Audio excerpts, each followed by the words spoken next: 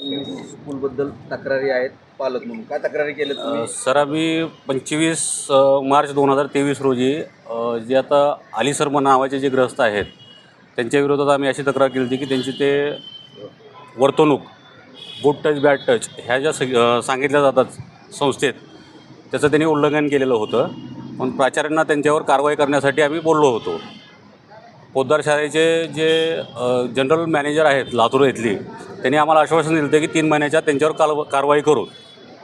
3 महिन्याच्या त्यांच्यावर कारवाई न करता सदरील मुख्याध्यापक म्हणजे प्रिन्सिपलनी त्यांना बेस्ट टीचर अवॉर्ड देऊन त्यांना सन्मानित केलं.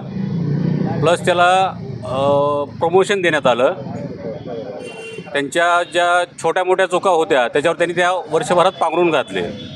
सदरील प्रकार हा ज्यावेळेस एका व्यक्तीने एका टीचरने 27 नोव्हेंबर 2024 रोजी त्यांच्या विरोधात अत्याचाराचा गुन्हा दाखल केला त्यावेळेस हे प्रकरण सगळं उघडकीस आलं आणि पोद्दार स्कूलच्या व्यवस्थापनाचा व मुख्याध्यापक म्हणजे प्रिन्सिपलचा जे काय पडद्यामागील नाकर्तेपणा होता त्याच्यावर विषय म्हणजे गंभीर विषय हा असा आहे की त्याच्यावर त्यांनी ऑब्जेक्शन घेण्याच्या ऐवजी त्याला त्यांनी खतपाणी घातलं.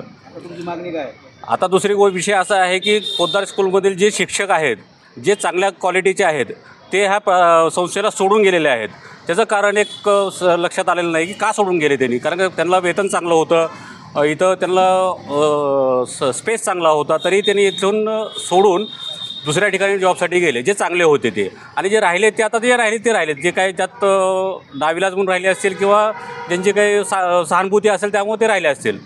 हा झाला एक विषय. दुसरा विषय हे की आता मागणी आमची फक्त एकच आहे की प्रिन्सिपलला पोद्दार शाळेच्या व्यवस्थापनाने प्रिन्सिपलला कामावून त्यांच्या कमी करावा आणि चांगला व्यक्ती तिथं नेमावा जेणेकरून शाळेचे पद व विद्यार्थ्याची क्वालिटी आणि शिक्षणाची गुणवत्ता ही चांगली राहील, सुधारित राहील.